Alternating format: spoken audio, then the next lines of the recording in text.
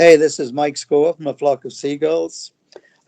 Songs like Iran, Space Age, Wishing, and you're here. You're listening to the Boys Podcast.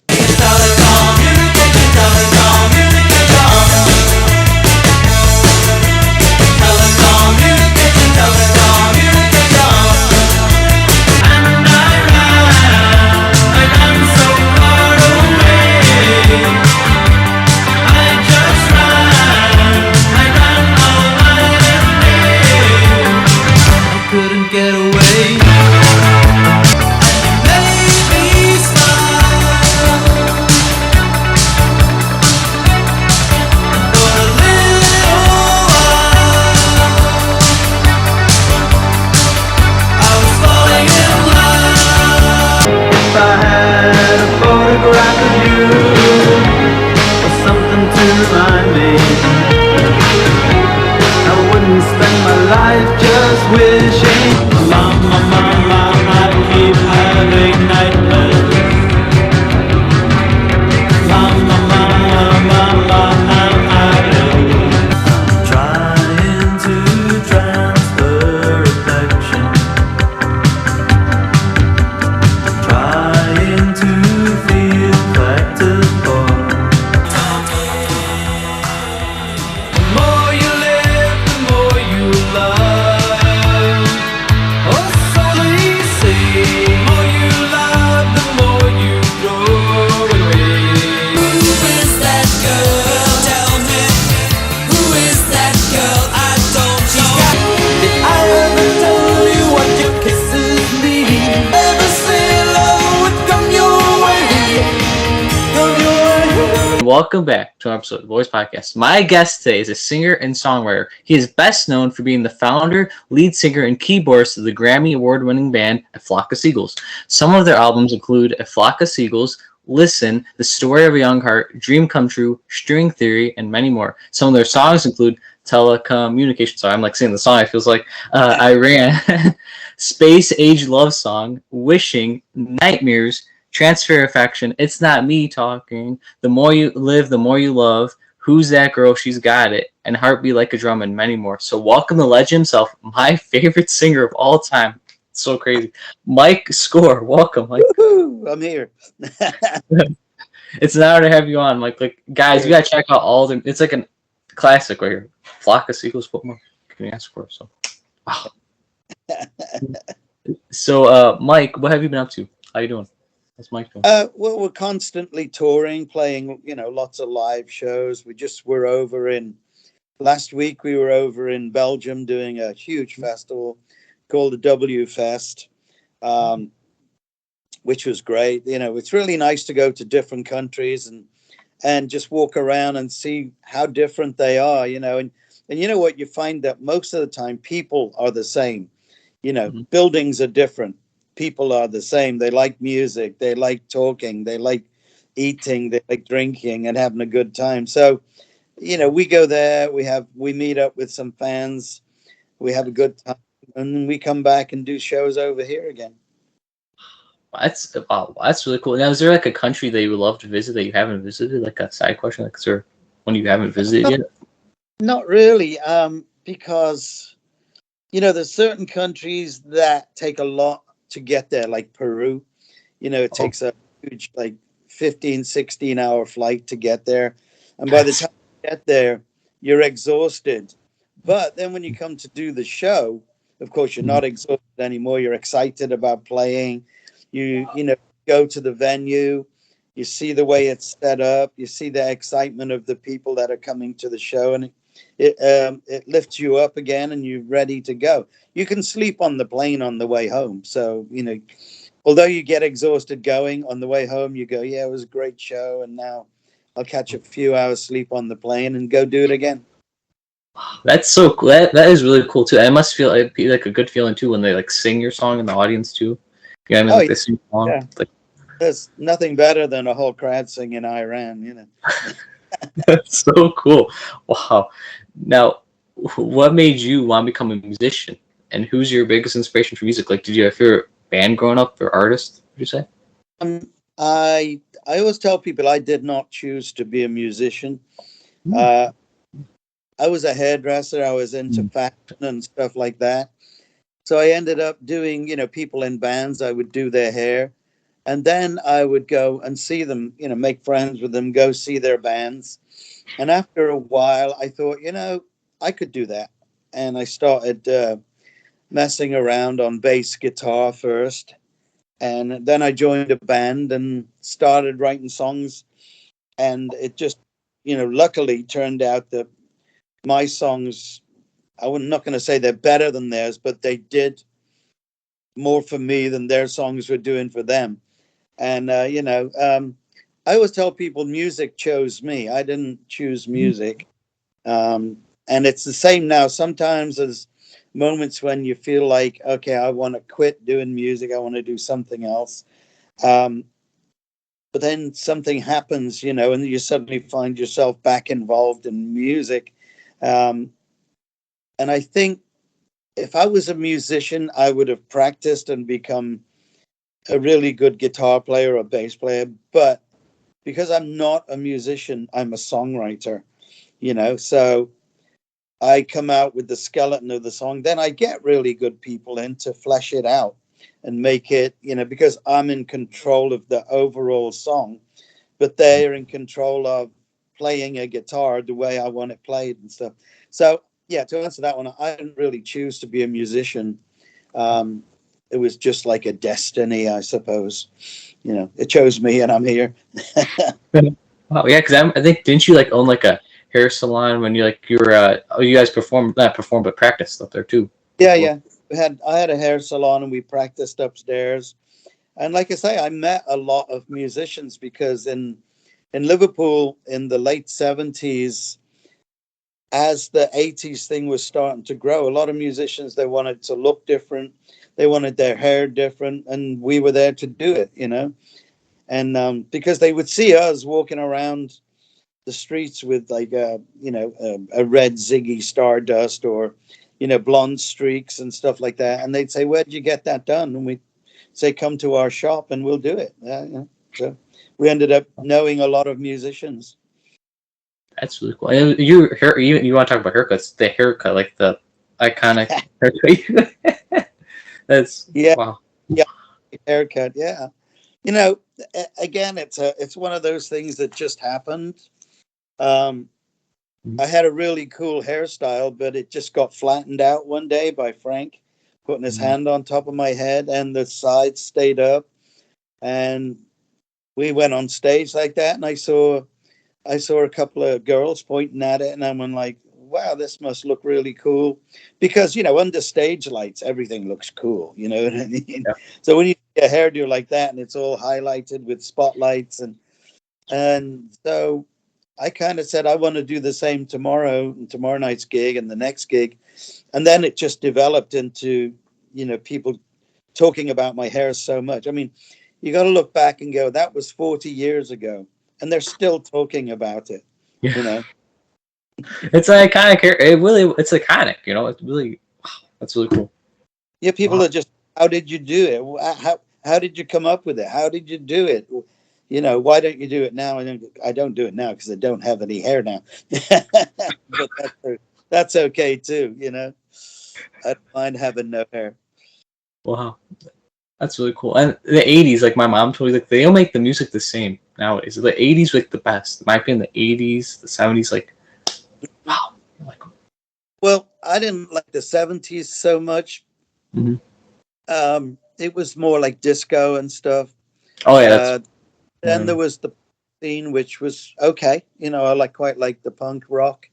Um, but then I think new wave was kind of like taking punk rock and making it a little bit more sophisticated, a little bit more accessible. Um, Probably for some people less scary. I'm sure parents didn't want their kids to go to a club where they were all moshing. You know what I mean? And getting squashed just to see a punk band. So when they could go see a new wave band, which was more acceptable, cleaner, not quite as raucous, I think that's helped make it the new wave thing bigger. and new wave is actually personally my favorite genre. Even like you guys are so like the futuristic, like sci-fi, like you're It's so cool. Well, we didn't think of ourselves as new wave. We just thought of ourselves as an atmospheric rock band. Mhm. We were more into the atmospheres, and um,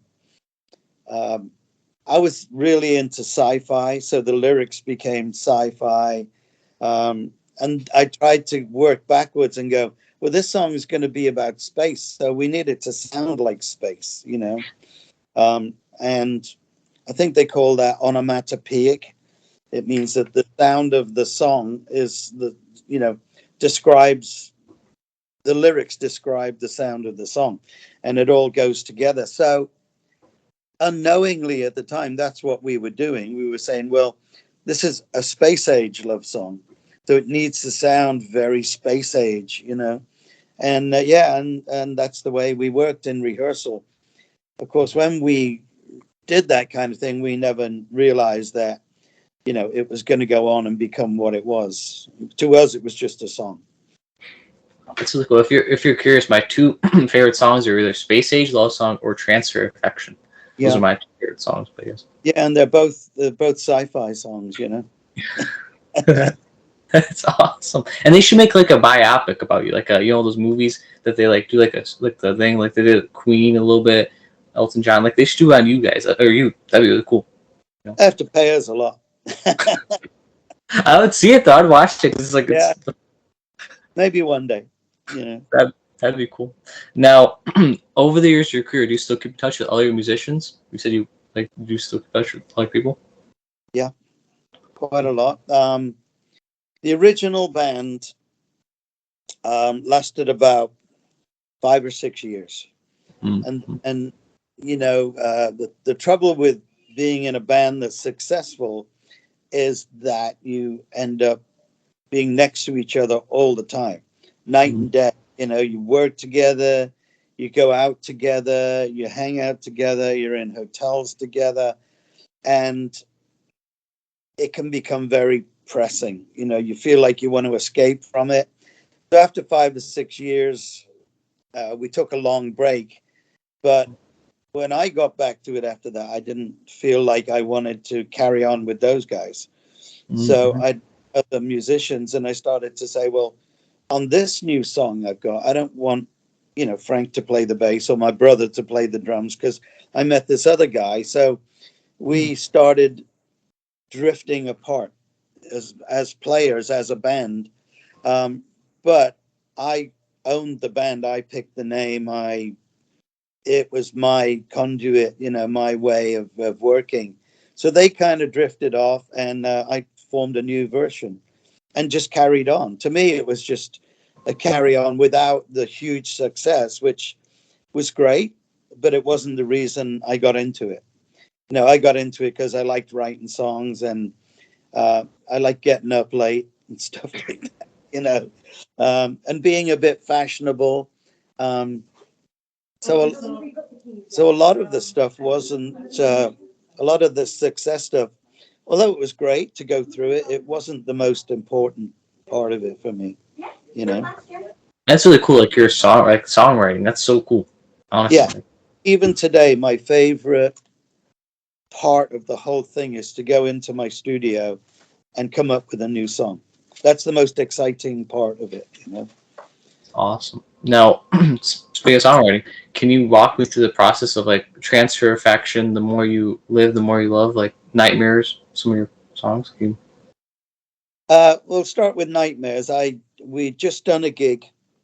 I Okay. came back to the hotel. I put the TV on, and Mommy Dearest, that Mm. movie.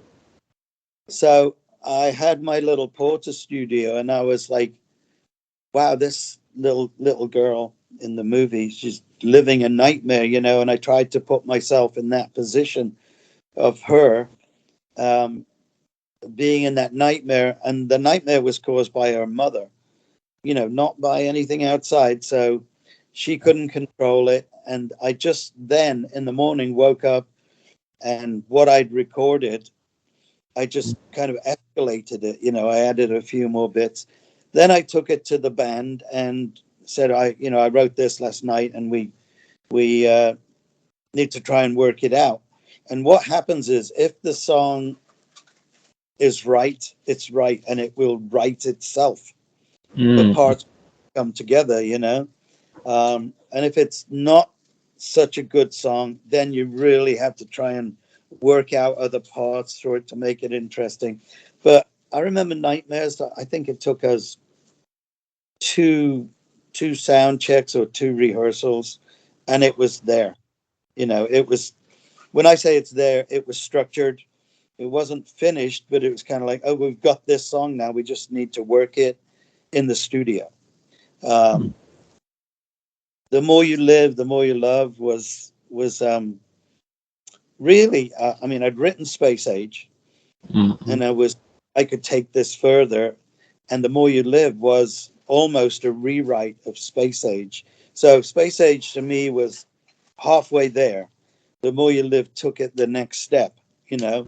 And there's another song called Say You Love Me, which is again another step off from Space Age. You know, it's basically the same chords, um, but trying to expand what it could have been. You know, I mean, Space Age works brilliantly as a song. So in my head, it's easy to take that jump out of it into something else. Um, it happens naturally. I don't ever sit down and force a song. You know what I'm saying? I don't go in, sit down and go, I am going to write a song.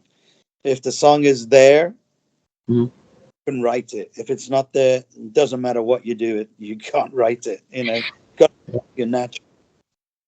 I like that. You gotta like make like come to you, like make it come to you. Is that what you mean? Like almost like. Have you ever heard it? But some musicians say they reached out and they just took it out of the air, you know, Oh. and they call it the Akashic record. Mm. And really, that's how it comes. It just seems to come to you from nowhere. And if they do that, you know they're good songs. If you have to search around for them, they're probably not so good. You know, they're True. hiding. Yeah. True. True. Wow, you guys have so many iconic songs. So like, wow, that's now. What's your favorite and least favorite A Flock of Seagulls song and album? Oh, obviously, because I wrote the songs, they're all my favorites. You know, at the time I write them, they're my favorite songs. Uh, Mm-hmm. obviously, I like the first album because it was so big. But I think Story of a Young Heart is probably for me the best album because it's the way it's structured, the way it tells the story. You know, Mm-hmm. it's a very loose compilation of reality. I had a friend that committed suicide, and I wanted to write that into an album. You know, and well, I don't mention his name or anything, but the ideas you go through the album, and that's why it ends with like Suicide Day. You know, the day he killed himself, and um, so to me, that was a great release. That was a great for me getting that weight off my shoulders. You know, Sorry for your loss, Mike. Sorry about that. it's all right. And then I know you said this before, like for the viewers at home, because I know why, but what's the meaning behind A Flock of Seagulls? For the viewers at home, like what's the meaning? um, the book, Jonathan Livingston Seagull. I don't know if you've ever read it, but everybody should read that book because in the book it's about a seagull that decides. Most seagulls they're interested in food, right? They Mm. flap, jump on anything that lands on the floor. They fight for it. But in the book, he is a seagull, and he says, "Well, I have wings, so I'm interested in flying, not what the rest are interested in." So to me, I wanted to be that seagull. I was interested in, you might say, art or music, whatever. I Mm. didn't want to fight around and just get a job that had, good wages and stuff. I'd rather be poor and happy than rich and working my ass off for something I didn't believe in. So I took that as my theme. And Mm. then when I came to starting a band, I went, these guys are like me. And if I'm a seagull, this is a flock of seagulls. That's clever. I like that. That's what. Wow. Now, how did it feel? I think you could. How did it feel to win a Grammy in 1983 for DNA? That's a cool instrumental, by the way. I thought. Um, it was a little bit of a shock, because we didn't, to tell you the truth, we didn't really know what a Grammy was. It wasn't something that we ever thought we'd win. Or, we knew about the Grammy um, as a kind of distant thing, the big stars got and stuff like that. And when it came that we won one, we were all just like, wow, can we go and collect it? But we were in the studio recording, so we couldn't get out to go and collect it. So it just became an ornament. You put it on the shelf, and it's one of those things. It's better to have it than not have it, but it Mm, doesn't really mean that much. So wow. Now, if you didn't go into music at all, like if you never pursued music at all, what do you think your career would have been? Maybe hairdresser, and what other hobbies do you have, like hobby wise? um, I like boats. I'd probably gone in to do something with boats. Um, I may have stuck to hairdressing and fashion. It's hard to say because music's always been like the core, and I still go off and I like building things. I like doing a bit of bricklaying and building stuff, like fixing things. Um, That's cool. I like cars. There's so much stuff you can do, and that's what I said before. Sometimes music gets in the way of you going, because I'm on tour and I may want to go home and mess with my cars, and you can't do it because you're 5,000 miles away. But there's anything like that. I wouldn't like to be in an office. I wouldn't like to work in a shop. It had to be something, I guess, creative. So I don't know why, but I could see you as like a music teacher, like someone who teaches music. I don't know why. I don't know. I wouldn't like to tell somebody how to do music because it's. I mean, if somebody's creative, they're going Mm, to find a way. And if you sit down and say to somebody, "You must play this, this, and this," to me, that is it's not teaching. yeah. My kind would be go sit down with your keyboard or your guitar, and when you find something, show it to me, and I'll give you my opinion. Not go say to them, okay, today we're going to do A, B flat and C, and we're going to. That's not creative. It's just it's like being a parrot. You just learn to squawk it out, and that's it. Now, some of your favorite movies and TV shows. What's some of your favorite movies? And TV shows? Blade Runner. You Ooh, know, Blade Runner 2049 is brilliant. TV shows, stuff like Deadwood. I don't know if you ever seen that. sounds familiar. Yeah. Um, I don't know. A lot of them I watch and then I forget. But even stuff like Downton Abbey, which is a really cool story. Yeah, and then of course my favorite of all is Ancient Aliens. You know, I put that on all the time. I sleep to that. I put it on and fall asleep. And anything like that, UFO, still sci-fi. Uh, I'm still amazed by UFOs and sci-fi and stuff. Do you like time travel at all? Like Back to the Future? Do you like any of that? Like, Not really. That kind of movie, kind of hammy to me. But I okay. like stuff like the Alien movies. I think Ooh. that's realistic, to what space would be like.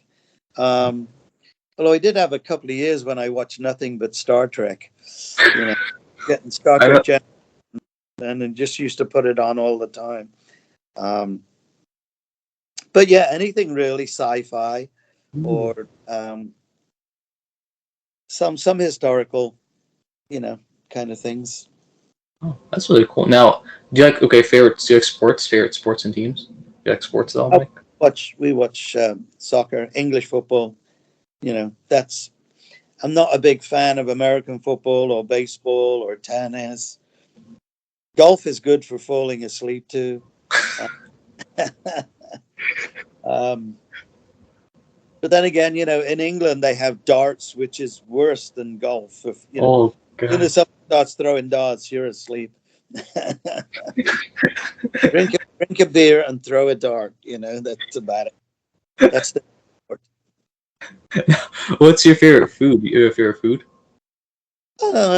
fish and chips, fish and chips and stuff like that, or roast. A good English roast dinner is great. Nice and heavy. A little bit of sushi here and there.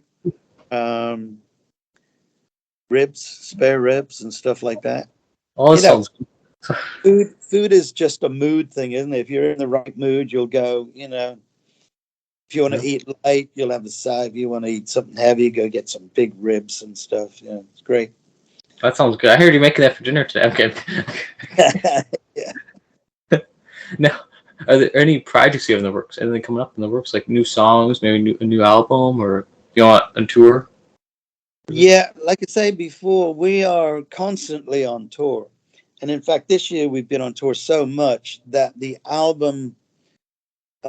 latest album, has actually been put back because we're not available to finish it in the studio. Wow. Although it is, I would say, like 90% done. Ooh. Um, like 10 or 12 new songs, just need finishing. Um, Yeah, it's ready. The new single is ready. We just don't have the time because of shows Mm. to just get in there and do that final 10%. But it should be out February, March next year, we think now. Ooh. Well, I'll check. I'll buy it. I'll check out. I got you. Well, We now, already play some of the songs live, some of the new songs. So, ooh. and everybody, the reaction to them is great. People are like, "Wow, that's a great song." More like they kind of say it's like the first album, you know. Mm. So a lot of people that were into us then are going to get back into us. That's awesome. That is really cool. Now, what advice would you give younger people who want to become a songwriter, singer? Like, what's your advice? What's the legend's advice? Like, Um, don't be afraid what anyone else says to you about it, because if you're going to be a songwriter, your first song is probably not going to be very good. So you mm, just keep going until you feel fulfilled and satisfied yourself that that's the best you can do. And once you've done that, then you have to move forward again. So songwriting is constantly moving your emotional content forward. Or if you're into rhythmic stuff, mm, 8 different rhythms and stuff like that. Playing wise, if you just want to be a great guitarist, then just practice a lot. Uh, you can sit down and play along with records, sit down and watch other people. But in the end, it's your fingers that have got to do the guitar work or the keyboard work. So practice a lot, listen to other songs and what they do. I play synth. I'm mm, not a or anything like that. So for me, it also comes down to making the sound fit with the song. Um, I'm a synth player, songwriter, sometimes guitar player. Um, but I only play what I make up. I don't mm, care playing other people's stuff. mm. Wow, that's really cool. And you're very talented, Mike. Like I said, you're my favorite singer, songwriter of all time. Like, you're awesome. Well, singing just came along by accident because when you write a song, you have to tell other people what you want. So I Mm. used to sing the song to tell them what I wanted, and eventually they're just like, then you can keep singing it. So there. Wow, that's really cool. Now, would you be willing in the future, somewhere down the line, to come back on for a part two, answer some fan questions about a flock of seagulls, career, Yeah, anything? yeah, of course. Awesome. Thank you. Now, before I ask you my last two questions, do you have any questions?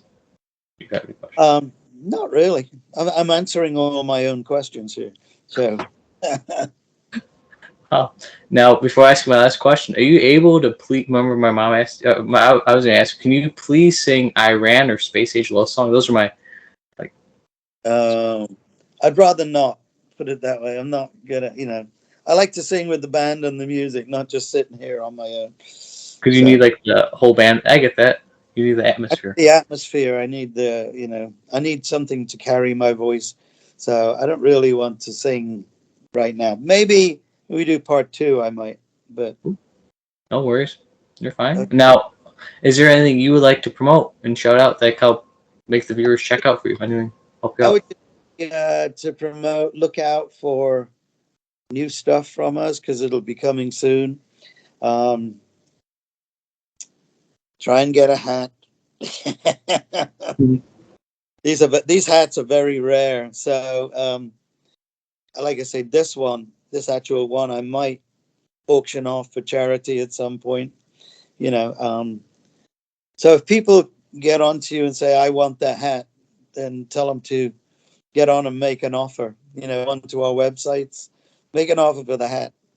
We'll see what we can do. Thank you and Mike for being an awesome, amazing guest. I had a fun time chatting with you. Thank you. Thank you. Thanks for having me on. Yeah. Have a great day, everybody, and stay awesome. And you stay awesome, Mike. Okay.